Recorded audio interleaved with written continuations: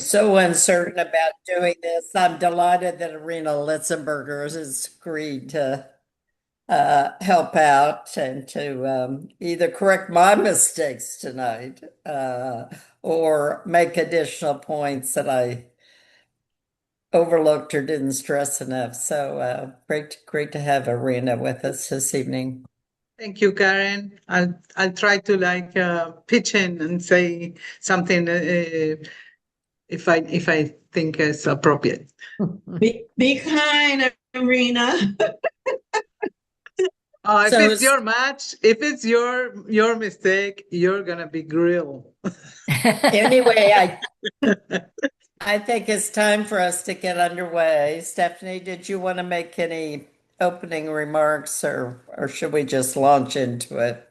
Oh, well, I just want to thank you, Karen, for doing this. I know you put a lot of time into the analysis, and it helps us all learn. So I appreciate that you have spent the time that you have to find the blunders and the brilliancies. Good. And we wouldn't have this if Stephanie hadn't done a yeoman's job of organizing the peer coaching tournaments. So what you'll see tonight are two matches from that tournament that was held on January 31st. So I see many of you here participated in it. We had 32 women from 8 countries. We never had any idea that we would get that word of mouth would spread so far and we would get so many talented women playing. We had a number of guests playing from the UK, and the chairman of the UK Backgammon Federation Board, Julia Hayward, was one of the players who joined us, and she was kind enough to let us review her match this evening, but also she went through it and found interesting positions she thought we would enjoy discussing. We may get one or two from the UK here, but it is, by my calculation, 11 p.m. at night, so it's a bit late for them to be present. But anyone who can't be present, we're planning to post this on YouTube. So with that, what I'm going to do is share my screen and we will first look at a match between Julia Hayward and one of they call them coachees in the UK peer coaching sessions, Ranbir Bains. So this is a match between Julia and Ranbir, and it's got these little thought things that we will move through, and some of those are comments from myself and from Julia Hayward. What we're going to do is move through and look at these thought processes and see what we can learn from it. So the first thing to note is that Julia is playing with the yellow checkers and Ranbir is playing with the brown checkers. And if you look at the color of the die, you know who rolled this. So black, as Ranbir has rolled a 4-3. And what I try to do when I make comments, and I'm going through my matches and forcing myself to write this down on any blunder that I made in one of my matches that's greater than 0.08. And I try to say, well, how big was the mistake? And then I try to assess the situation. And then I try to think, what's key to getting this right? I got it wrong, but what should I have been thinking? And it's a lot easier to do this after it's over and Extreme Gammon has analyzed the match and told you the answer. So you can be really smart when you're just repeating what Extreme Gammon tells us. So I call it Monday morning quarterbacking in the US. Anyway, to assess the situation, I say it's an early game. There's no board development. Yeah, White has started a point here. Black has a checker on the bar, but they really are pretty much don't have any points made other than the 6 point in their home board. So a 3-4, what would you do with a 3-4? Anybody? Mm. Got a black has to bring this checker into this White's home board. Wouldn't it be Hit more and make a, beneficial to make a advanced anchor rather than cover their blot on the 9 Mm-hmm. since they haven't split their back checkers yet? Okay. So what's suggested is making the 21 point. Mm-hmm. But what was actually done in this case was to hit and come out. So does anybody know what the thinking was there? Well, we don't know really what the thinking was in coming out, but the thinking in making the 21 point is just to start building your board.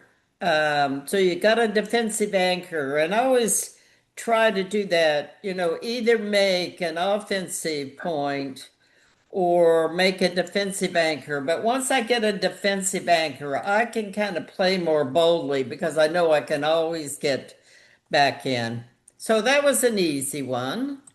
But that turned out to be a what I call a double checker blunder. A blunder is over zero point zero 0.08 equity loss, and twice zero point zero 0.08 is 0.16. So this is about exactly a double blunder. And it's the second move for Black in this match. So already you can be losing a lot of equity if you're still thinking about what you were doing and try and not settle down. I find some of my worst plays are my first plays I have a question, Karen. because I'm still distracted. Yeah, question. What was her what's the word I'm trying to look for? What was her thinking or analysis that she was trying to do on coming out after hitting? What was her thought process on that? I really don't know. Even when people ask me what I was thinking, if it's been very long, I don't remember. And I Yeah. certainly don't know what was inside her mind. But I think maybe she likes trying to get her 18 points. She thought I'll come out there while she's on the bar. Maybe I'll get that made. Um, so White would be coming in over here. Um, so let's move on. Now, Antoinette likes double threes. This is her favorite number, but I noticed there were a lot of double threes in these matches that people got wrong. And in general, when you have doubles, it's easy to get things wrong because there's so many choices of things you can do. So what Ranbir did here, having brought her checker out here, she made it. That had been her plan all along. And with the other two, she brought two down. But it turns out that is a triple checker blunder. 3 times 8 is 24, and this was a 0.240. And yet it kind of looks reasonable, doesn't it? To get this point made and this point made and think it's a big mistake. And instead, the more traditional make the 5 point, make the 3 point was the right play. And the main thing to notice before jumping to that is that white has a checker on the bar. So you want to have a strong board and keep her on the bar. So now's the time to do that. And it's not the time to play safe. You know, that play that Black made is kind of a safe play, but you need to be more aggressive. They particularly Michi in his book says, fight for the 5 point. And here you've got it handed to you in your lap. So Yeah, grab the I- 5 point. I think the play she made is too passive. And also, this puts you in a position to have a double next turn. If you don't get hit, you probably have a double next turn, which is a goal in the match. You know, Arena is so good about looking ahead to what the doubling situation is going to be in another role. And it's one of my weaknesses. So I admire that. So she's already thinking, can Black get a double if White doesn't come back with a good roll? Whoa. Oh, So I see. White came back with this Well, in this case, I mean, 4-2. Black didn't have the board And made. that's what four Right. did. And then Arena's right. Black immediately says, going to double. Now, in fact, this was a slight mistake, a 0.019 mistake. It's still a little early. But Black has, I like to count 11 checkers in the zone. So quite an army ready to attack there. So there was a double take, and then Black rolls a 6-1. And I promised I would talk about brilliancies. And I got this idea from a grandmaster by the name of Bob Wachtel. And he said it's used in chess. And when he was a kid, they used to brag to each other about brilliant chess plays they had made. And it means a hard play, maybe that people don't automatically see, and they got it right.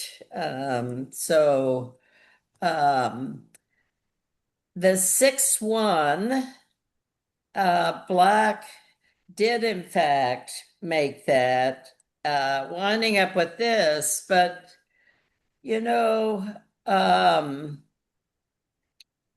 they didn't hit again, and they could have, given up the 10 point and hit loose there. So a lot of people might have thought that would be better. Instead, she left a blot on this 9 point. But look at that tough formation. So when you think about what does the position look like, Black has a strong priming formation, so White's checkers aren't at the edge, so it's kind of like 1, 2, 3, 4, 5. It's kind of like a 6 prime because they're not on the edge. So if they get a 4 next roll, they've got these three, she's got these 3 checkers trapped back there. And she's got her own advanced anchor on the 18 point. White has a blot here and here.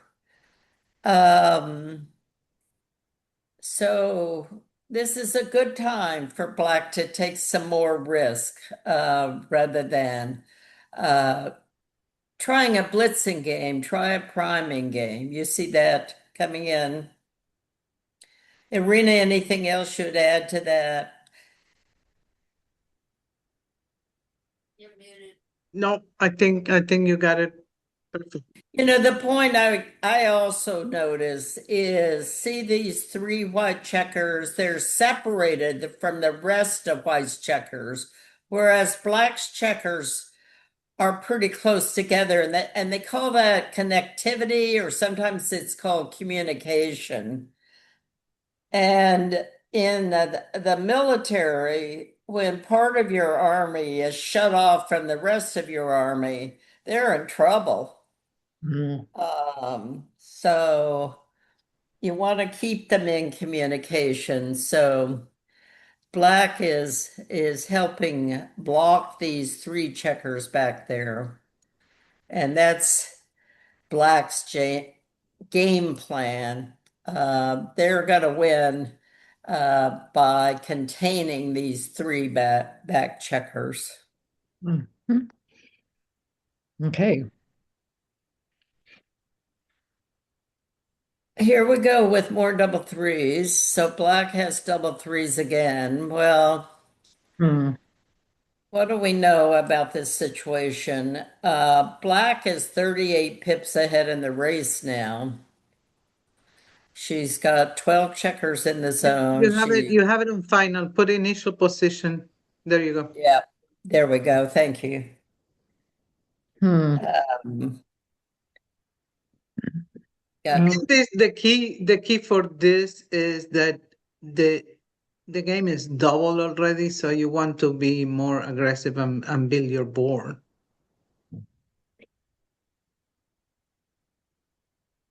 The play that was made, it's somehow a little more inflexible. And you also have to see that white has two blots on the board, so that allows for play more aggressive, and there's not much risk. So anyway, the play that was made was this play, which was kind of tightening up and getting everything safe. And the right play was going ahead and making the 5 and the 3-point. And the point that Arena was making is the cube matters here. And the fact that you've already doubled white, and white has taken, means that you can get 4 points out of this if you can get a strong board and get blots and get her behind that. Okay, the next one is 8262. How many of you have done this with a 4-6? Just make the 2-point. But that's a small error, but the right play is clearing this 15-point. Isn't that weird? Did you think of that? Letting her hit you with the 5, but getting it round. But it's the wrong game plan. You really need a chance now, while white's board still has a blot, isn't all that strong. You got 3 wide checkers back here. Just bring 2 down from the 15-point and just continue to roll that forward.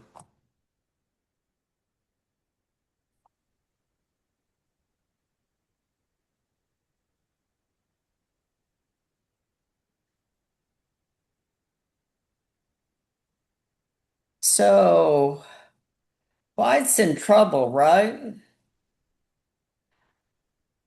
What would you do if you had a 6-5 here? You got 2 blots here.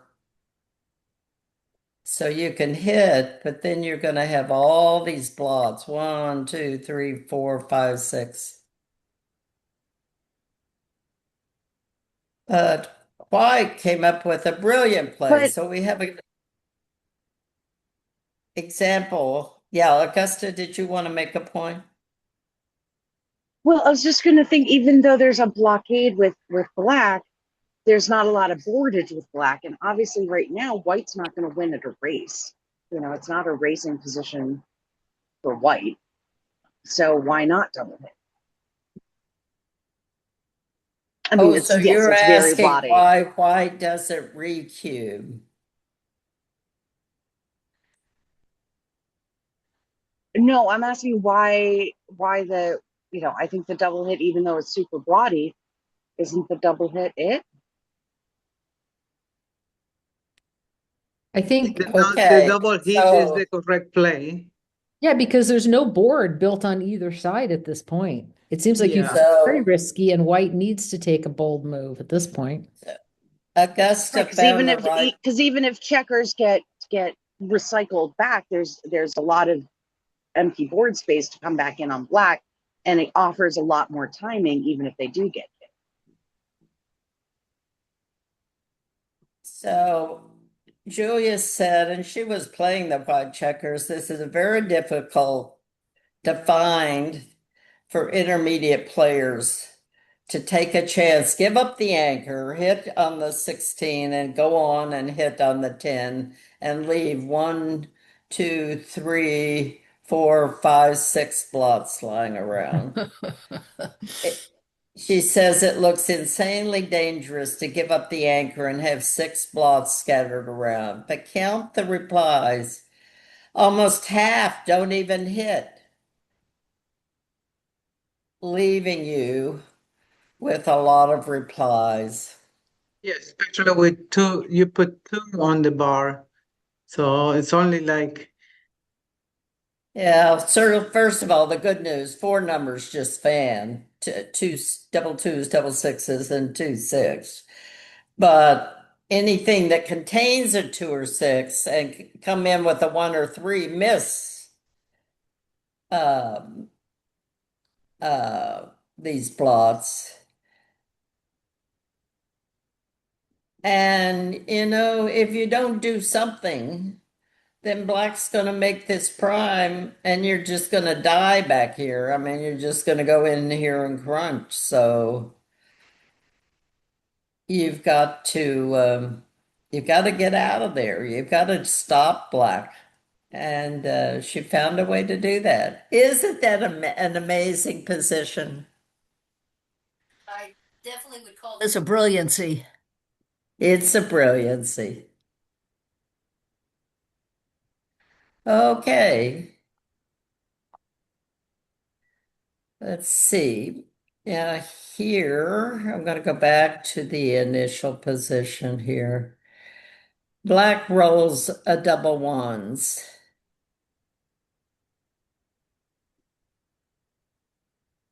What would you do with that?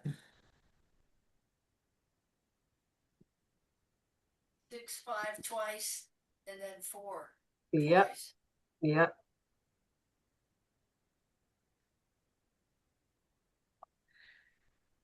Okay, there are 2 ways of doing that, though.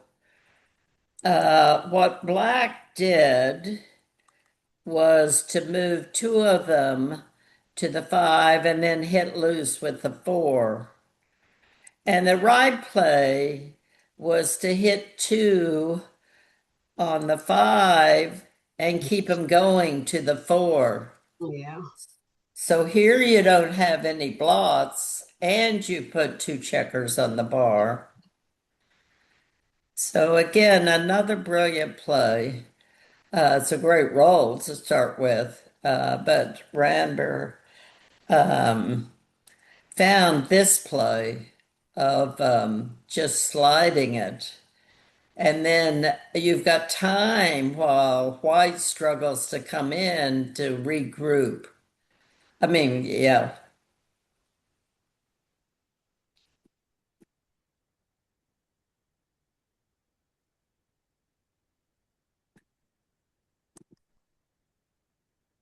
Okay, 5-4. What should black do with a 5-4?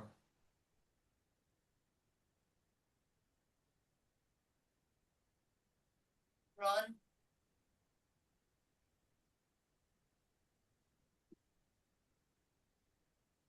Okay, run, run, run. That's our thought, isn't it? What about And coming it- out to the And in fact, that's kind of what Ranbir did. yeah, Black did. that's wrong. Moved out 4 and down 5. So that looks nice and safe. But But wouldn't, here's the ride play. Look at this.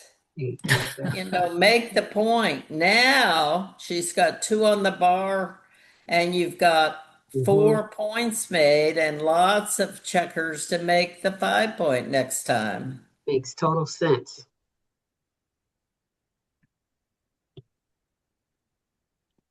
Now it seems obvious.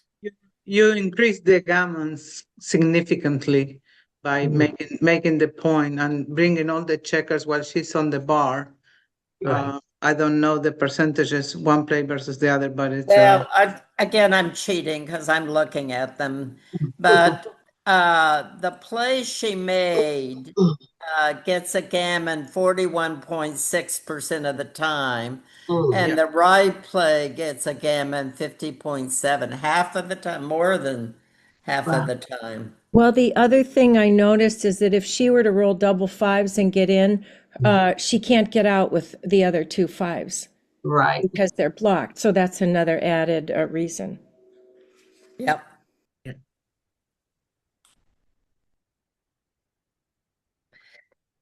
So the only number that might hit was double fives, then the point that was made is you've got that blocked. So that's a good point.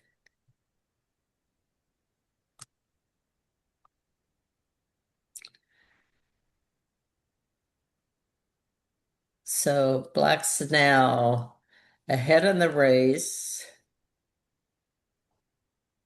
by 60 pips. That's a lot. And White has 2 checkers on the board. Before the play, they both have these 3 interboard points. But Black just needs to keep building her board. And that's, you know, she's now got a formidable board. Okay.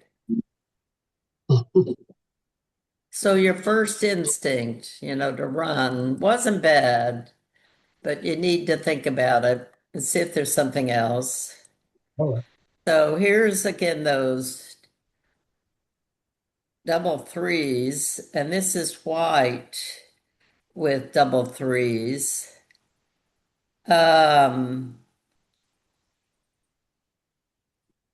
some final.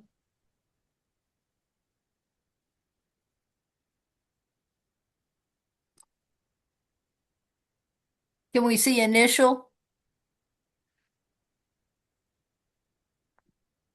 Sorry.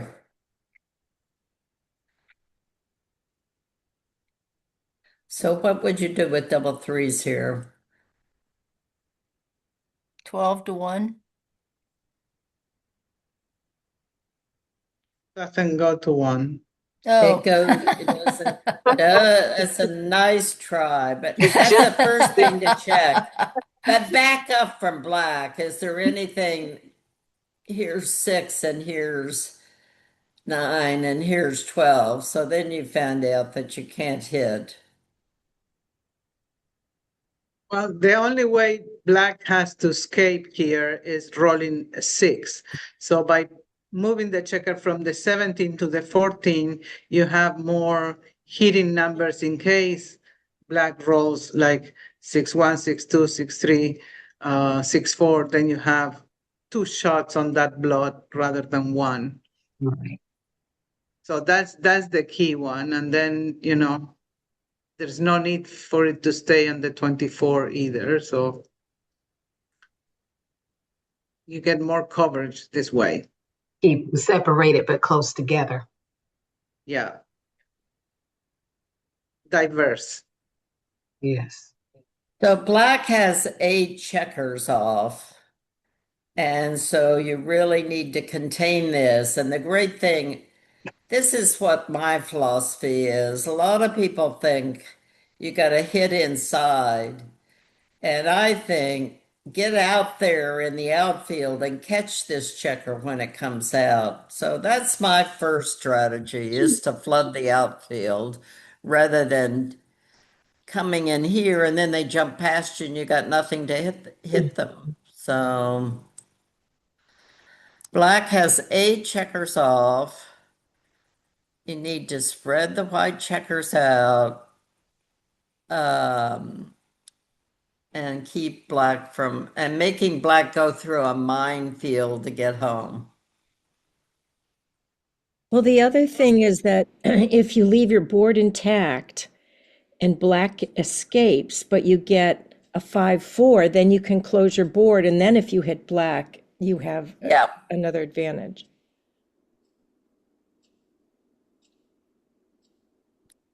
Okay. At this point, there actually in game 2 weren't any blunders. Isn't that nice when you play a good game? And there were a couple here. Maybe we'll do them since it's, so here's a position where, let me get to the right initial position. Black rolls a 5-2, so you can't move this checker because the 2s and 5s are blocked. But the black is on the bar, so they come in with the 2, and really the choice here is how you play the 5. You could come out here, or you could come back here, go to the 3 or go to the 1. And that's always a hard thing to know. When do you stay back here where it's safer, and when do you come out and try to establish the point or escape? So here, white's ahead in the race. White has a 3-point board. Black doesn't have anything developed yet. Black has 2 checkers back. White has an advanced anchor. Can someone answer? Yeah. So is that, Me, that means it's time. I would stay back on the 2 and then bring a checker from the 8 to the 13 to bring more builders down in my outfield. I don't know if that's right. You come in on the 23. Yeah, 23 and then 8. I'm sorry, 17 to 13.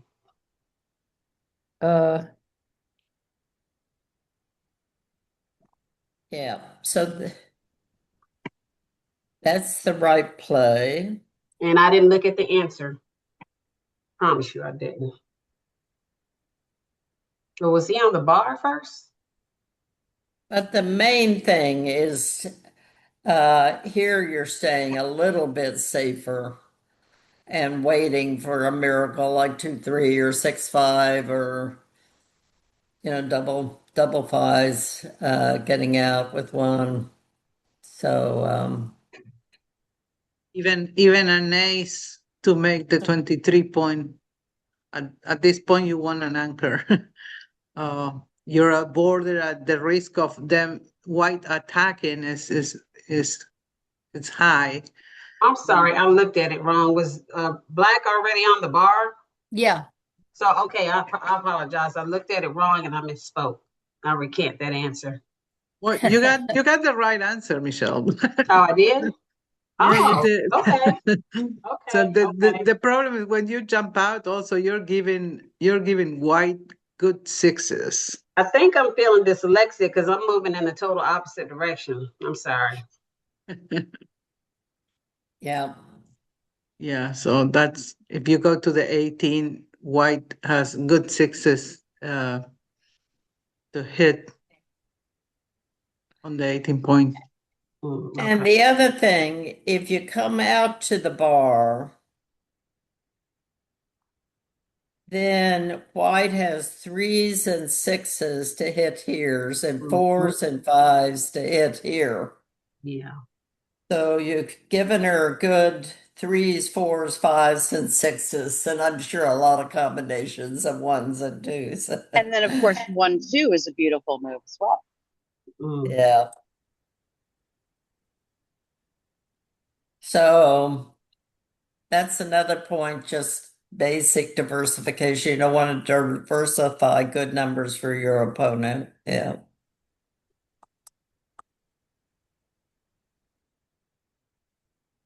All right. And then there was one more interesting play here. So here's a 3-4.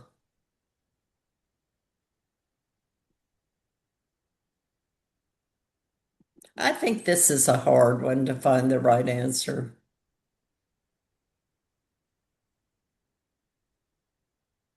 I mean, it feels like definitely the 10 to the 7, the hit.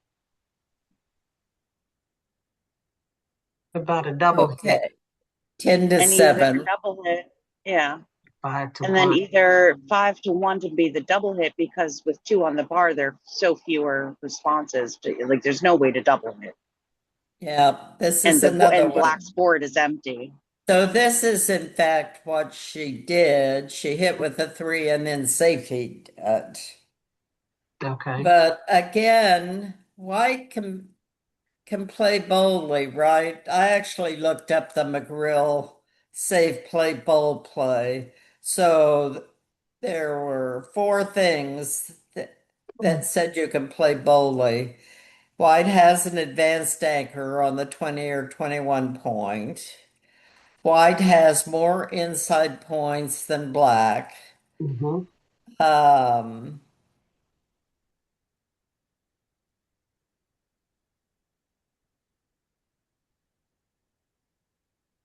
And the other 2 don't quite apply here. If black had a blot here, that'd be another reason to play boldly. And if they both basically have 2 checkers back, but if black had more checkers back, that would be another reason to play boldly. But the first 2, the advanced anchor and more inside points, means you can take risks. The important miss here is the miss cube also. That I don't know how big was the miss cube, but that's probably significant. Can you go back to the initials so we can see what just without any errors, what the cube? Right, because white has got position when it race. looked like this and white was on roll, white should have doubled Before hitting, before moving. before rolling. Yep. But it was still a take, but it was a lot, it was close to being a drop. A .022, they would have been just as well off to drop.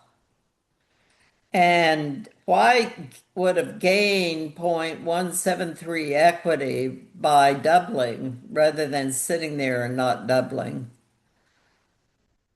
So that's a big error. It's a double cube blunder. So if you're using Pratt, obviously the race doesn't count since it's almost even. So position and threat, the fact that white has 3 interboard points, advanced anchor, and threats, there's 2 blots. That would be the signal to cube plus 10 checkers in the zone. It's the fact that with the gammon they can win the match, so they're 4 away. So there's enough gammons there. It says white wins 30% gammons. Is black's, the fact that black's home board is wide open, was that a factor in it being a take? No, the take I think has to do with losing the match. Okay. Losing the match, and even when you're hit, you can still. But also, it was close to a pass, so it was a risky take. But the reason I think is because of the score. Okay. You can still make the 24-point anchor, or you can roll if you're hit. You can go a 4-3 and get an advanced anchor. And white still has some work to do to bring the checkers around. Yeah. But yeah. Okay. I've been doing a new thing for myself, and I'm still learning, but if somebody asks you, what percent of the time does white win? And what percent of the time does white get a gammon? What would you say? And you know what I would say? I don't know how to do that. But these Anki cards that I mentioned, when you click on the cube decision, when you click on the position, they say, tell me what percent of the time you win and what percent of the time you get a gammon. So I actually try to guess. And you do that over and over and over. And you'd be surprised that you start getting pretty good at guessing. So I've already looked at the answer here. But do you think white's a favorite? Yes. Yes. Do you think white's a pretty big favorite? Marginally. Yes. Uh-huh. So, most of the time, white will be between 50% and 75%, but it's probably closer to 75 than it is to 50, and it's certainly not under 50. So, just knowing that you're a favorite and you're kind of a strong favorite, you'd a lot rather be white than black in this position. You can, when you start guessing, get close. The harder one is knowing what percent of the time you get a gammon. But you see, black's got two blocks lying around. And even if white just hits one of them, she's got time to pick up the other one. And how do you like having two black checkers on the bar and then all these other checkers to get in to get off the gammon once you're closed out with two checkers on the bar? Not a very happy thought, right? Yep. So you can start getting a sense of it, but here you know the numbers. You win 67% of the time, and 30% of the time you get a gammon. So that's a huge double. And it was close to being a drop. Oh.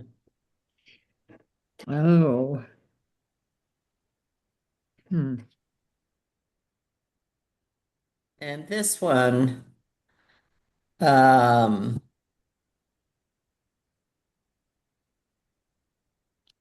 it was almost too good to double. Black taking there is a 0.453 error. Don't know why I didn't do a comment on that, but oh, she didn't know. Yeah, isn't that terrible not to double when they would have passed? And maybe she was playing on. Maybe she was playing on. But here, The opponent didn't pass the roll after. here she got got a number to at least establish the 1 point. So now white does double. And black should have passed. But Only a .076 error to take, but Black took in this position. That's going to be hard to win. And in fact, she didn't. And White won the gammon. Got 4 points. She was ahead 3-0 coming into this. Finally doubled her the third roll. And she took and got 4 points and won 7-0. So I'm going to switch to Antoinette's match. And as I said, we had all kinds of players in this tournament. And Antoinette is one of these lucky people who likes to play really tough players. And so she drew Elsa. Does anybody know who Elsa is?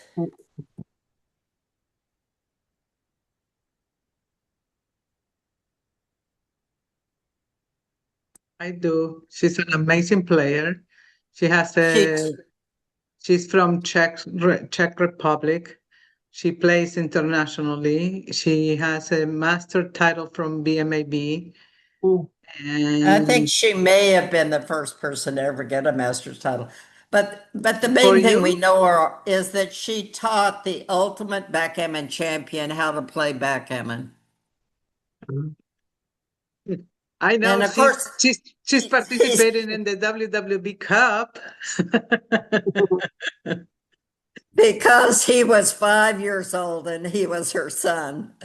And he was bored with kids' games and he liked numbers, so she taught him backgammon.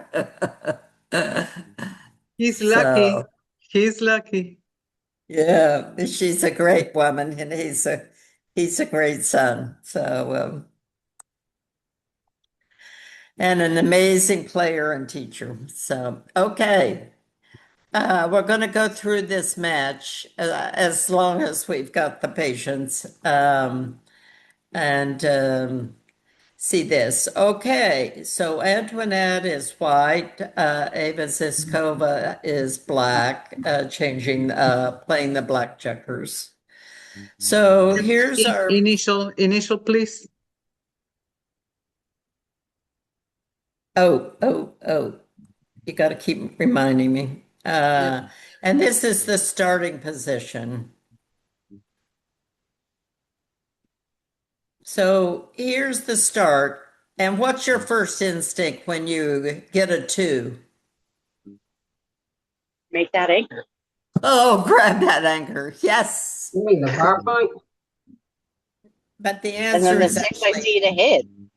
no. I can understand making the bar point, but it's like my instinct with the 2 was to make the anchor and then hit with the 6. So I get that. So the main thing, first of all, let's think about this. Black has 3 checkers back here, so it's going to be hard for her to blitz when there are 3 checkers here. And in fact, she only has 8 checkers in the zone. And Michi tells us that when there are only 8 checkers in the zone, that's a pretty weak position. You can't really attack very well. Black even has a checker buried here on the 1 point. And you know what I said about some of the checkers being over here and some of the checkers being over here? They got a long way to go to get together, right? They're separated. There's no poor connectivity, poor communication. And I've kind of hidden it there. But white is ahead in the race. So white's not in any real danger. White's ahead in the race. And black has 3 checkers stuck back here. So what does white most want to do?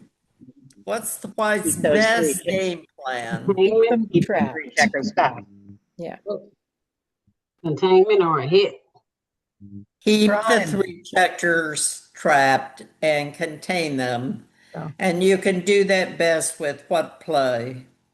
Oh, making You the, know, The bar you point? could, what was done was to make the two, hit every blot inside. This is a typical Karen Davis play.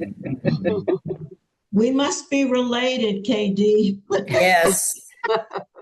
Or you could have just made that point and see how beautiful that looks. Ooh, ooh. You know, Pretty. how is black going to get those three checkers out? Oh, you got a 6. Well, of course, this is a position that I did not see. I have a tendency to play very quickly. And I don't practice what I preach in terms of looking at every quadrant to see what my best play is. I thought that hitting, making the anchor and Ava's board would have been the better play. Yeah, I just think the tendency to think, oh, I got that anchor and I move that 2 and then kind of look around and see if there's a 6 somewhere. Yeah, yeah. But this is a priming game. And this is a blitzing. I'm going to do it with the arrows. This is a blitzing game. You know, going after the checkers, trying to keep them in the bar. And blitzing 4, 7, 9. It's not bad. You've got quite a few. But the priming game is going to work out a lot better. Is that clear?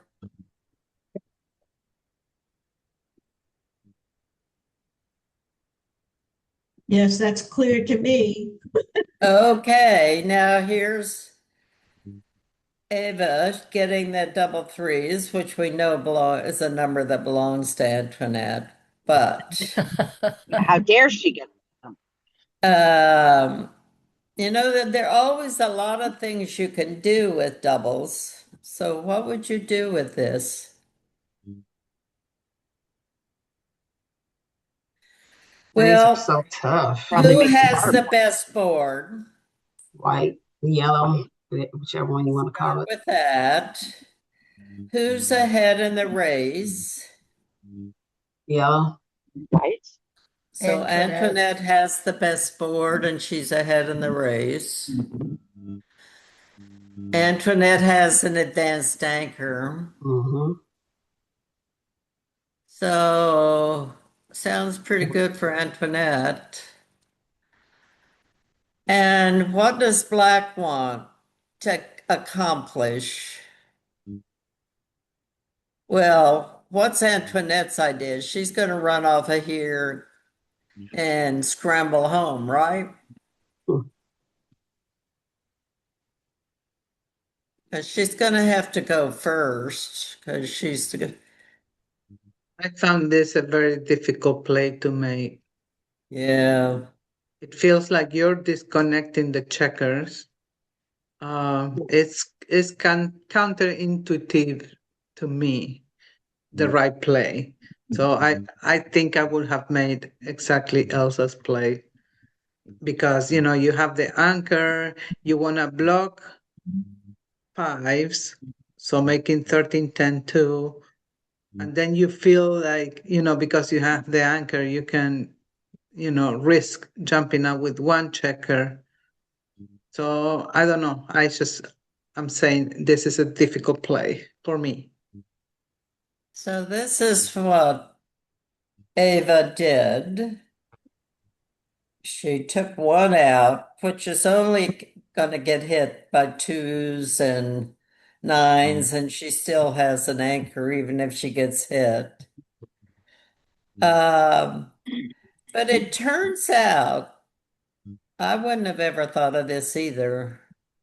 The right play is just bringing 4 down. Wow.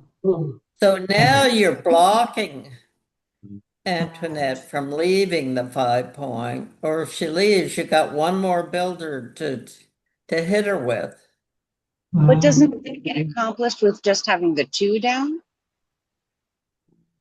Yeah, I think the key of this is when you make the 10 point with two checkers only, then you are inflexible. Like you have 4 points on the outfield, and so you're likely to leave shots Yeah, they're in the stripped. future. I was So They're going to ask, is that stripped. inflexible because you're stripped?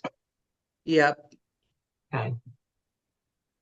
so let's say like you roll like a 6-2 next roll, and you don't have any way to play safe. And I don't know how relevant it is, but Black is behind in the race. And in some ways, this is a racing play. So you need to be staying back in a race. So it's another argument for just bringing them down. And maybe you can use them to make some more points or to build your board. It's an odd play. It doesn't come up very often, and I'm not sure I would have even thought about it. Right. I can't see myself ever doing that. No, I would have made the 7. Yeah, I actually would have made the 7 too. That was my first instinct. So now you got them stripped in a different way. Well, the other thing is that if you make the 7, then they can hop over more easily. Versus You're being not on the, guarding as much territory. Right. Yeah. The 10, right?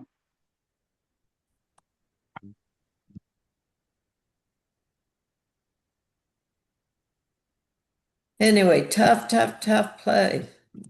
Moving along, we get to this position. See, White's now on the bar. Let's get to, this is another one of those brilliancies. That may be overstating it, but I liked this play a lot of Ava. She's got a 5-1 to play here. What's the natural thing to do? Cover the 1 and Covering the 1 safety the feels blot on the 14. There we go. Anything else?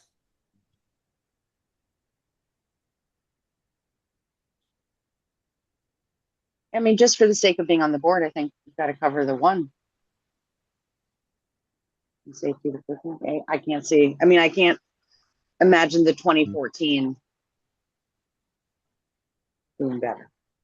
It's often Turns right out this to make the ace point. Once you have it slotted, it's often right to just make it. Yeah, just to underscore Arena's point, once you slot the 1, you might as well make it and have it helping you in case you do hit checker. And she's got a checker on the bar, so strengthening your board, she may now dance with 25% of her numbers, 9 out of 36. We all know that 3 points means she dances 3 squared, which is 9 times out of 36. So it's the number of points squared is the number of points danced. So I thought this was a pretty brilliant move. Because I think it's just so automatic to come get this safe. And then you got this one checker stranded back here. When is she ever going to get a chance to go home? That's another reason to make the ace and do 14-13 is you can then make the advance anchor. If you leave with 1 checker, then you're alone on the 24 point with the blot. Yeah. and the other thing is that the score is about even now, but if you get hit on the 1 point, then you lose 25 points, right? That's right. Yeah. Yeah. Very good point. So sending a checker all the way back loses you 24 pips in the race. So instead of being even in the race, ta-ta, you've got an uphill battle. Anyway, the game got to this point, and oops, white is now on roll. What's going on here? Well, first of all, I'm going to walk you through the last few points. Here's a 5-4. White's on the bar, comes in with the 5, and the obvious play is the right play, which is Hit. hit on the hit. 16. So this might be called a joker for white. They rolled an exceptionally good number. She didn't roll one of the 9 that danced. She didn't roll one of the ones that came in but didn't hit. She came in and she hit. So that's a great roll. Then what did black do? The ants. Ooh. Black is on the bar and black rolls a 2-4 and dances. Dances. So white rolls a joker and black rolls an anti-joker. Just like that. And you go from having black on the bar to this situation. It's not white on the bar now, it's black on the bar, and it's black with 3 checkers back. Is that amazing in 2 rolls? That's why I'm back in. Yes. Things just went south for black. But you know what? This alarm bell should go off in your head. I rolled a great number. She rolled an awful number. Don't say I should double. What you say is this may be too good. Yeah. So remember this, a joker followed by an anti-joker. Ask yourself, is this too good? Has this game swung so far that I went from not having a double, maybe even being behind, to being a ferocious favorite? I guess you're gonna remember- Antoinette, you got excited and double. Exactly. Exactly. That's exactly how it happens. Exactly. Exactly. It's like so much excitement going off in my head, and it's like, okay. And you know, in this position, certainly it's obvious that it's too good to double here. But again, like Irina said, it's like too much. It's like, oh my God, I came in and I hit something. And, if I had stopped to take a minute, it's like she's got 1, 2, 3, 4 blocks. 4 blocks with a checker on the bar. And it's like, okay.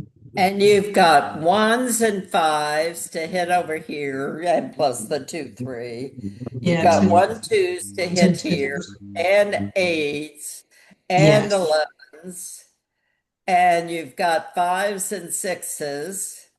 So we decided 1s, 2s, 4s, 5s, and 6s are good. And even double 3s are good because they can make the 1 point. Right.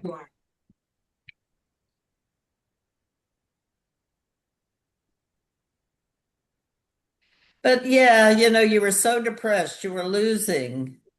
And all of a sudden, you're winning. Winner, chicken dinner. So, again, ask yourself, what's the chance of winning? What's the chance of gammoning? Well, We know black's in a lot of trouble. But in fact, white wins over 3/4 of these games. And then the key thing is white gets 44% off the half the time she gets a gammon out of this. And you know, even though the score is 0-0, wouldn't you like to get 2 points? A lot of times when I miss a double, I say to myself, didn't you want 2 points, Karen? Mm-hmm. Yeah. After the Yes, fact. After the fact. after the fact. Say something really quick. Augusta, your sound is making noise. That's why I muted you. If you need to speak, you can unmute yourself. Okay, she wasn't slapping your hand. Okay. Also, I'm noticing that the winning chances, even if you don't get it correctly, and I think that this is approximate, that if you get to a point, say you have 50% winning chances, it looks like if you take half of that, you can come up with the fact that you have gammon chances. It's a loose, for me, this is a loose observation, but it seems like that would work for me. I've never thought about it, but just looking at the winning chances, it's almost like half, like 76.4, and then it's 44 gammon chances. So that's just an approximation that I would come up with. You know what I do? If were I to know these numbers, and we never know these numbers, is I take the gammons of white minus the gammons of black. So that's about 40%. I take half of that because I've already counted the simple win over here. So that's 20. And say this was 65. 65 plus 20, I have an 85% chance. So I double.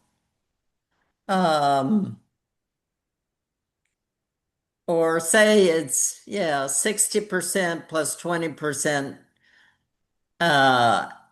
value of the gammons added to the 60%, 80% puts me over the double point. You're already over the double point without any gammons.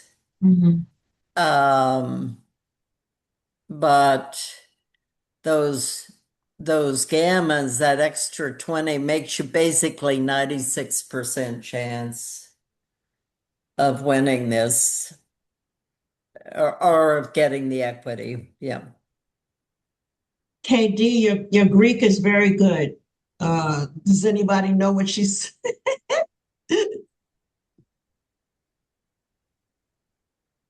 Yeah, I'm a numbers person, but it's also, but technically it's right to take the gammons. But it's valueless because you can't know what your gammon chances are and what your opponent's gammon chances are, and subtract that and take half of that and add it to the percent chance of winning. You know, who can do that over the board? KD can do it.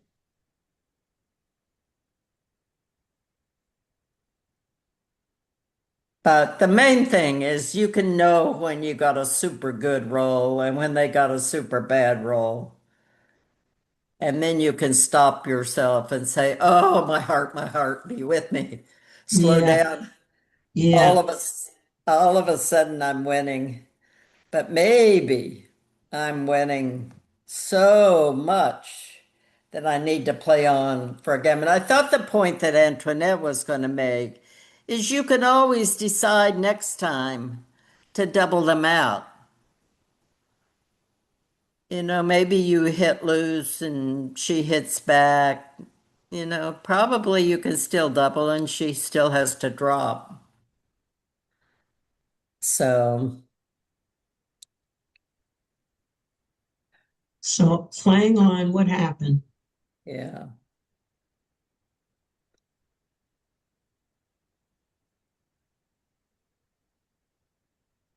Any questions? Everybody seems so quiet. Any questions? Get everybody muted.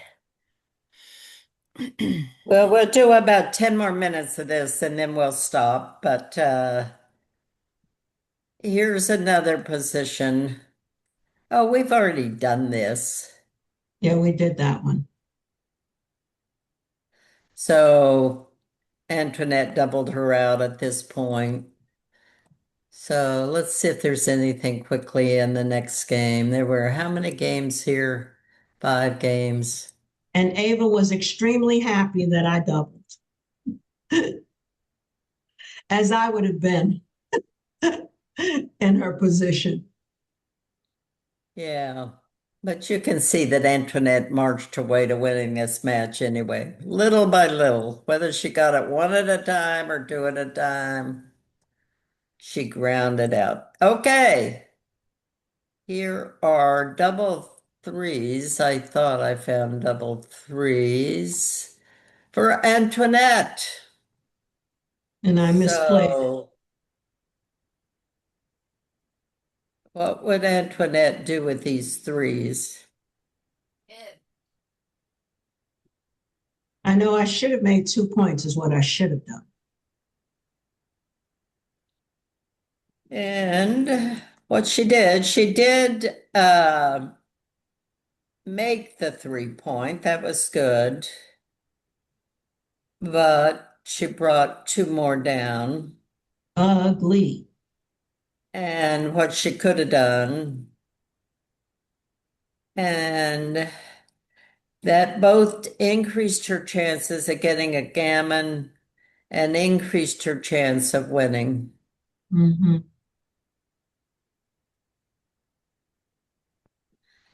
And she's starting to build her board.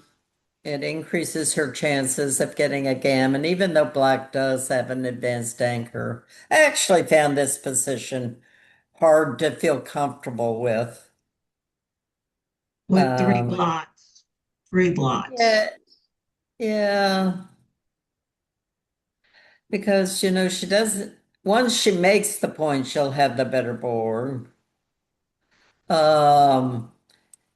She is a ton ahead in the race, but it seems like there would have been easier ways of winning it just by making it prime and rolling it in. But then, the more time you give her to get these checkers home, the less chance you have of getting a gammon. And with these 4 checkers back and having 2 on the bar, it's not too surprising that your gammon chances are 25%. And here's the way the game developed. So Antoinette has a 3-6 here. She's obviously, I thought this was a brilliant play by Antoinette. She came in with a 3, but what would you do with a 6?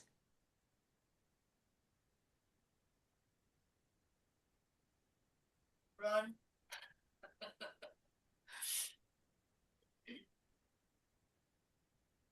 To me, it seems kind of automatic that you go out. But the right answer, which is the one Antoinette picked, is to hit twice. Come in with the 3 and hit with the 6. Main reason is And to black prevent will have 2 checkers on the board, and she can hit that 4. preventing them So black to make a second anchor is key in this. Like you don't want them to make a second anchor. Yeah, you don't want her to get the 4-5 point established, but I think even beyond that, thinking ahead, this is a mistake I make a lot.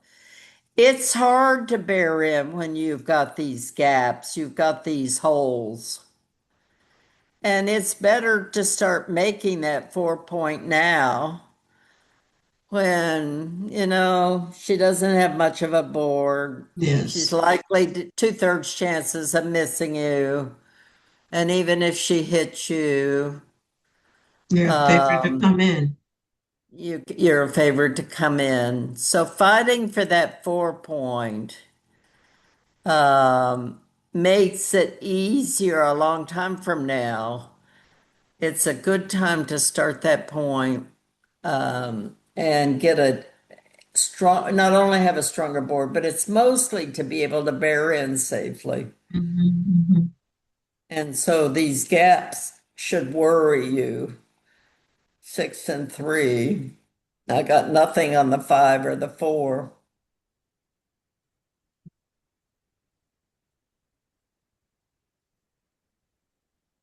Here's a 6-1.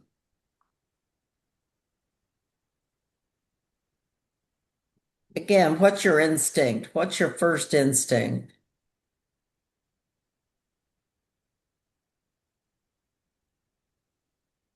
Taking the 2 and making the butterfly anchor, protecting the 2 blots in her home board.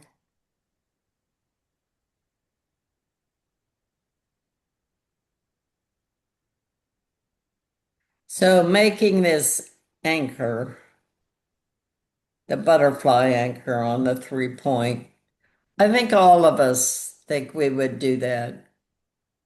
I didn't think I should do that simply because my opponent is stripped. And I now would have a 3-point board to fight with. So that more than likely was my reasoning. But in fact, what Antoinette did was, Make the 2-point. nope, nope. This was your actual Didn't. play. No, you didn't. You You should have. dropped a checker there, but then you made this point over Oh, I here. did, really? Oh. Yeah, Oh, I do that sometimes. No, I didn't do that. No, I wouldn't have done that. it wasn't me. It was not me. It was your wasn't me. hand. It It was wasn't. your hand. Oh, how could I make that play? Oh, So goblins or somebody.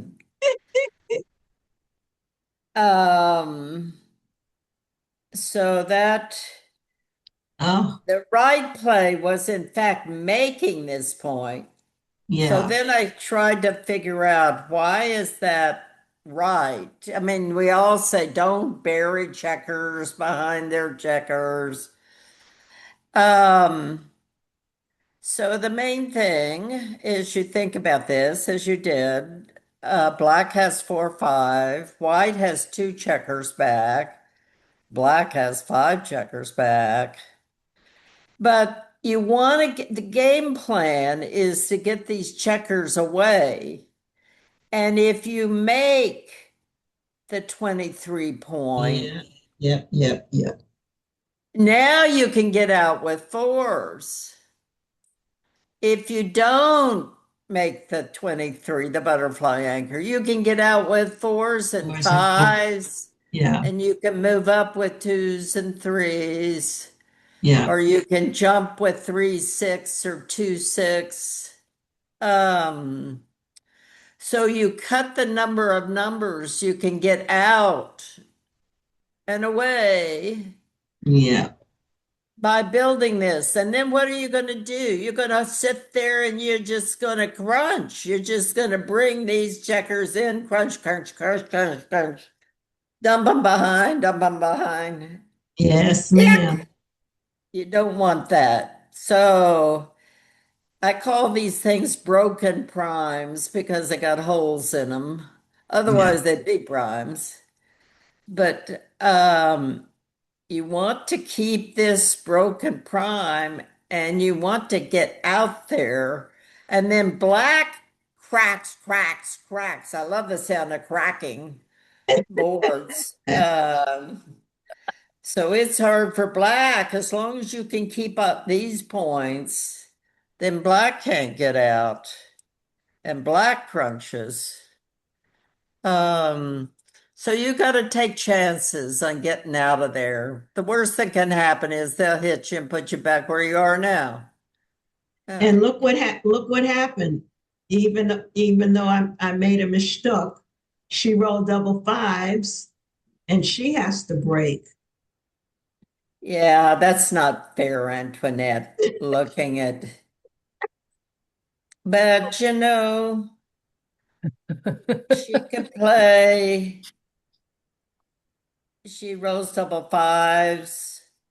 So she makes the 5 point. She brings some more to the 4. I've got breathing And she room. looks like this. It's not great, but she hadn't crunched yet. And then you get a 5-2, and you've got enough to make the 1, so you do that. And then black gets a 6-4. Yay, yay, yay, she says. Yeah. She's getting out of there with a 6-10. Oh, a little bit. Oh no, 2-1. 2-1. Okay, so we hold these checkers and make that. It's a And then really she good rolls play. these That's a itty really bitty good play with the numbers two like one. now Karen, she rolls double ones. And What, she Irina? says, that 2-1 is a great play, just so Yes. you know. I mean, Yes. it's a lot of people will break the 10 point. That the yeah, you previous got it. white, Good white. point, Arena. Oh, You got to hold on to this for dear life. yeah. And then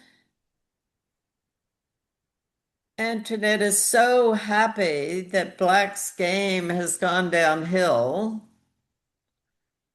that That I she don't. decides to double.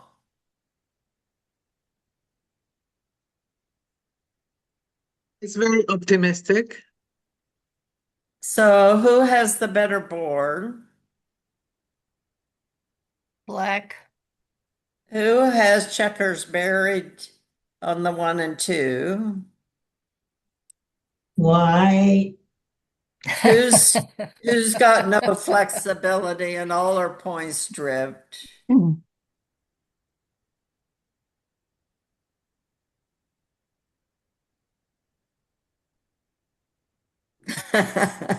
I'm sorry, Antoinette. I said don't double when you're not a favorite.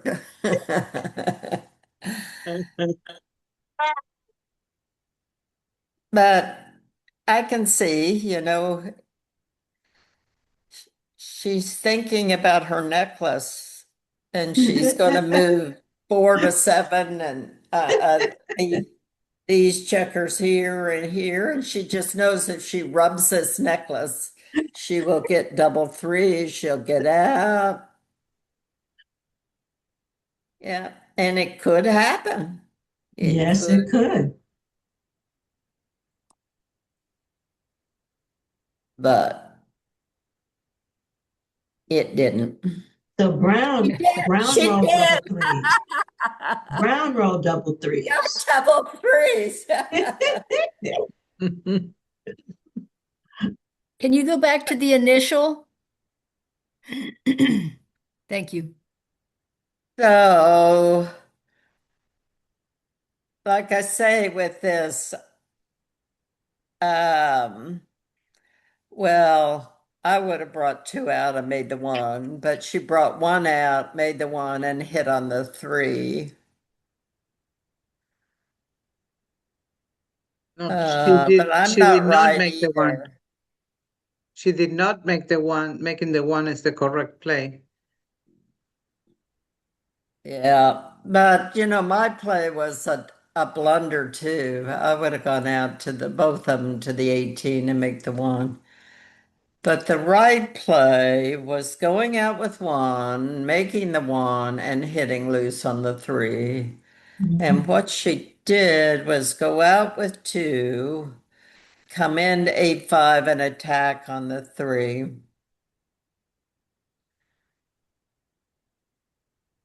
And then look at this. This is called the Ray Fogerlin shot.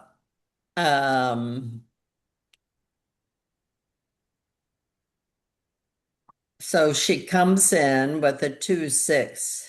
Antoinette comes in with a 2-6. Why am I saying Antoinette? Black as Eva. So she did roll just the perfect roll to come in and hit her. And then Eva fanned. Look about the turnaround.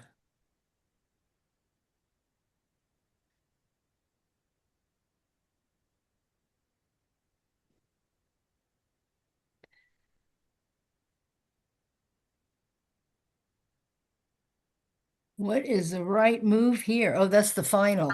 Final. So black has a 5-1.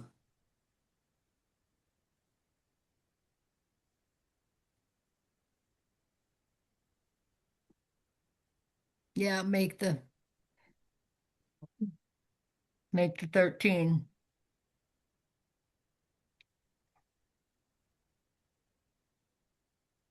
But I think there might have been some temptation to hit because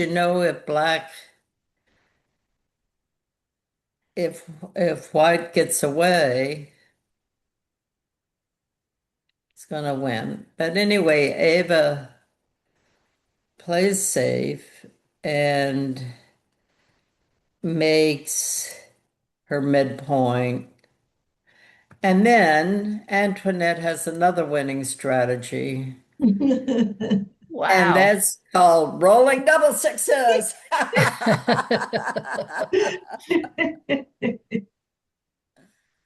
Wow. Anyway, I'm going to stop with that because she just marched her way to success over the next few games. But it was wonderful for everybody to play in the tournament where you sent out a questionnaire to see if you want to do it again. And it's great of you to put up with me and great of Arena to help me out as we try to look at some of these plays and Antoinette to put up with the abuse. So. It helps my game. It definitely will help my game. Thank you very much. Thank Good, you. Thank you, good. Karen. Good. Thank you for being here. And next Thank week, you so much, Karen. yeah, go Yes, back to thank our you, regular. Karen. Thank you, Karen and Yes. Stephanie. I appreciate being invited.